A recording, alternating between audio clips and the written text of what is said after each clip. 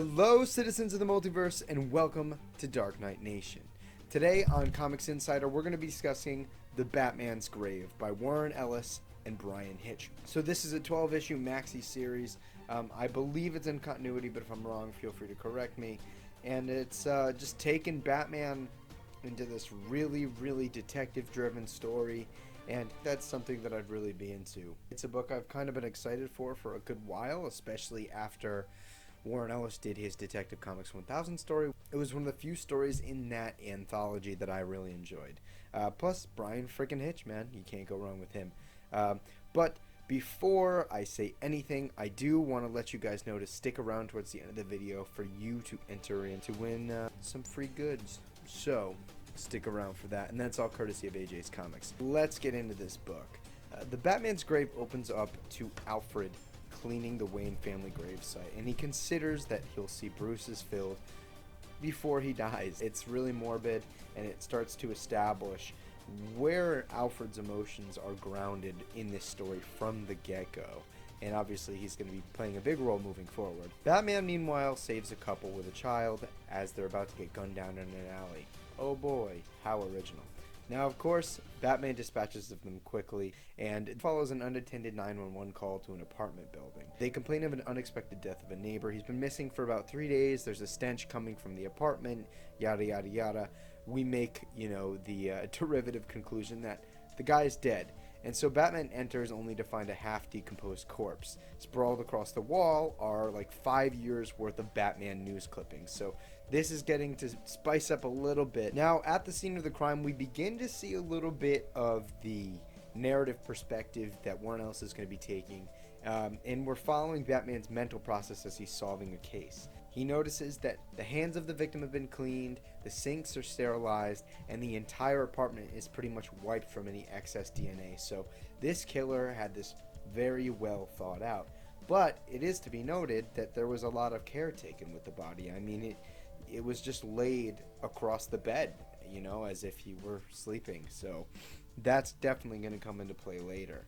Bruce makes his way back home to an assumedly drunk Alfred, and he starts to make these really vicious comments about how he hates Bruce being Batman, and it really evolves into this resentment because he now views Batman's crusade as a rich man beating on poor people, and compares it to his time in the military, saying that Alfred did what he did in self-defense and that Bruce was just going and operating in a war zone, whereas he could have just bought out Gotham City, essentially. It feels really odd for me because, Alfred's been doing this for years. Why are we just saying this now?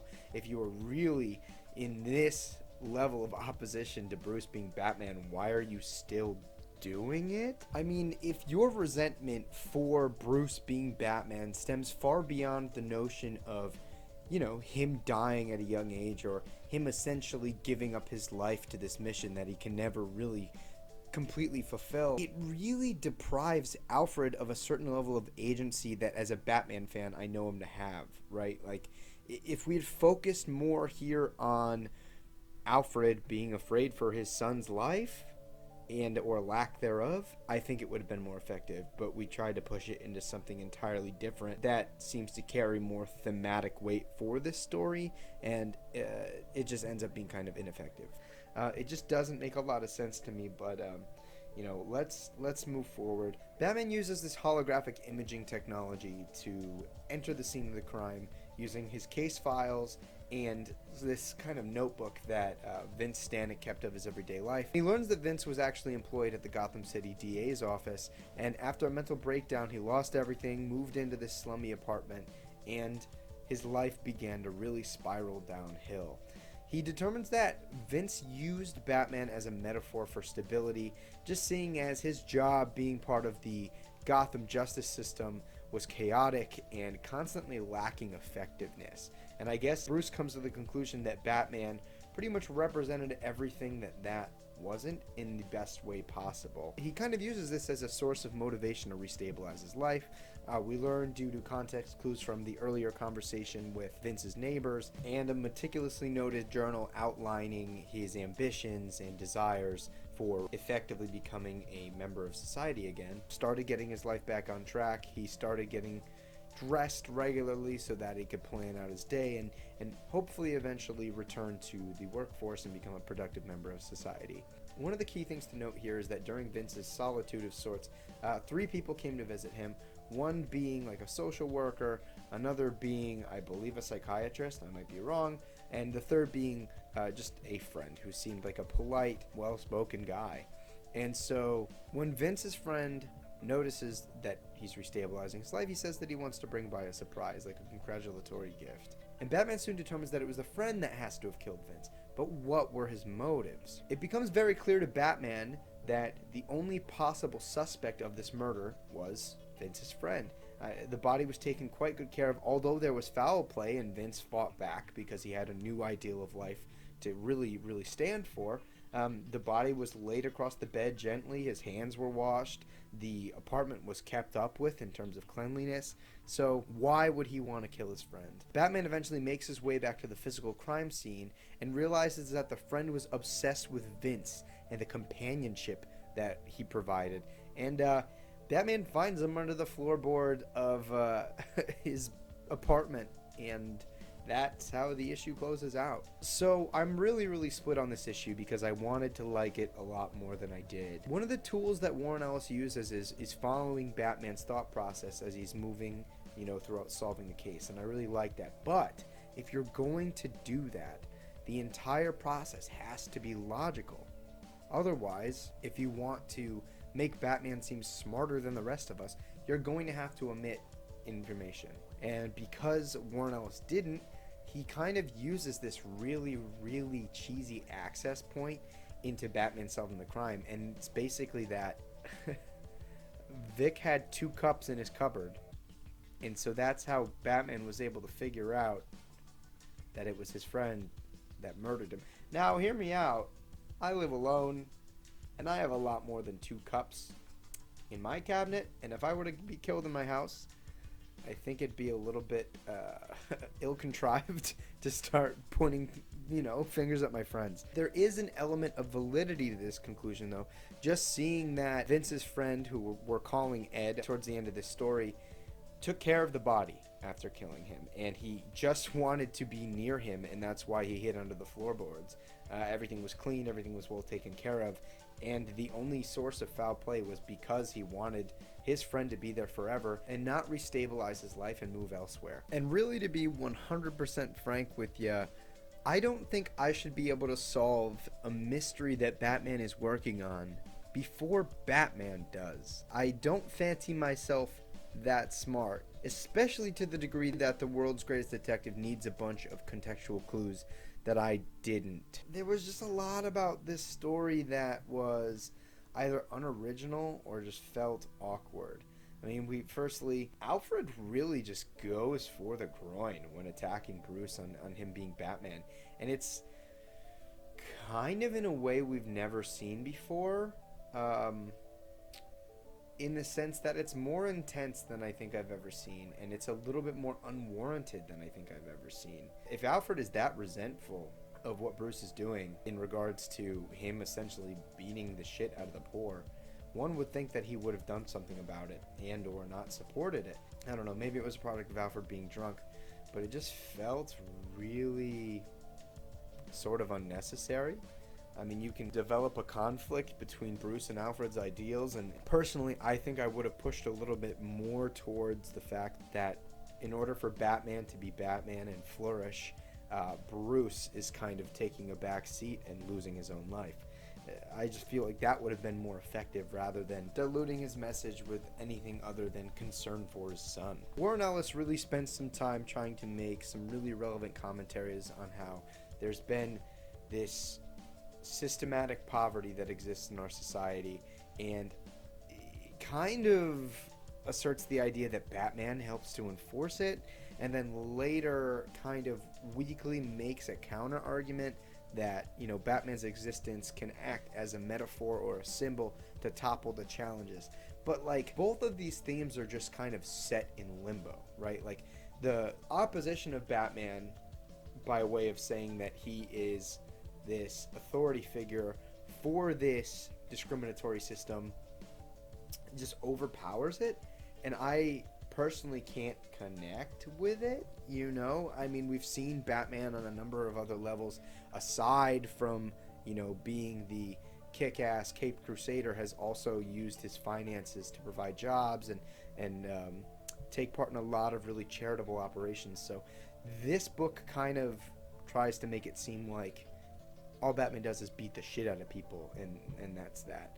Regarding the art, I think the strengths here are that Bryan Hitch really picks some really interesting shots, and the sequence of those shots really help to push the passage of time really well. But one of my biggest complaints is that it felt super static. There was a real lack of kineticism that I definitely found in his Hawkman run, so I know that Bryan Hitch is capable of doing it, but it was just something I didn't quite see here. Visually, like, the aesthetic is very Bryan Hitch. You know, he's not doing anything out of his wheelhouse, but I don't think the drawings are as good as I've seen from him. They're definitely not bad. You know, I do think that most of my issues are with the writing in this book and how we're characterizing Alfred and his vendetta against Bruce. If we're putting a number to this, I think I'd be comfortable giving it around a 7.5. It wasn't bad, and I know I've been kind of critical of the writing, but I think that it's because I expected a little bit more from Warren Ellis. There's just this lack of consensus in what he's trying to do in this book. It just feels like he's reaching for too much thematically. And then, really, I did enjoy the idea of following Batman's thought process through the act of being a detective. But the linchpins by which he eventually made his conclusions just felt a little bit inappropriate. Let's be real. From the moment the other tenants mentioned that he had 3 people that had gone to see him, one of which was a friend, and then Batman notices that the entire crime scene is well kept up. The only foul play was, you know, the murder itself, but the body was fairly well taken care of post-mortem. We knew it was the friend. So I feel like we could have driven it home a little bit more. At least I think it would ground the idea that Vince's friend absolutely needed this relationship moving forward, and it gives him a little bit more of a, I don't want to say rationale because murder isn't rational, but it gives him a little bit more of a reason to do it. When all's said and done, I think my biggest issue was the characterization of Alfred, not in the sense that he's fearing for his son's life, but more in diluting that message with, you know, this newfound level of scorn for Batman. It just feels like him corroborating with Batman, having harbored those strong emotions against, you know, the activity of the Cape Crusader, feels like it deprives Alfred of agency. And again, that cup thing kind of bothered me a bit, but that's not the end of the world. I think I'm still going to give the second issue a chance, and if this book sounds like something that interests you, go pick it up. As a matter of fact, if you can, pick it up at a local comic book store, because I always recommend supporting them, and I always support mine, AJ's Comics, down in Colchester, Connecticut. Now I'm going to give you guys a little bit of a deal for staying this long and watching till the end of the video. I want to give one of you awesome folks an opportunity to win your own digital copy of The Batman's Grave for yourself. If this video can hit 20 likes within the first 3 days of it being posted, all you have to do is like the video, subscribe down to the channel below, follow both myself and AJ's Comics on Twitter, which you can find the links to in the description below, and answer that question of the day down in the comments, letting me know what your thoughts on this book are, or even just what your thoughts are on my thoughts of the book.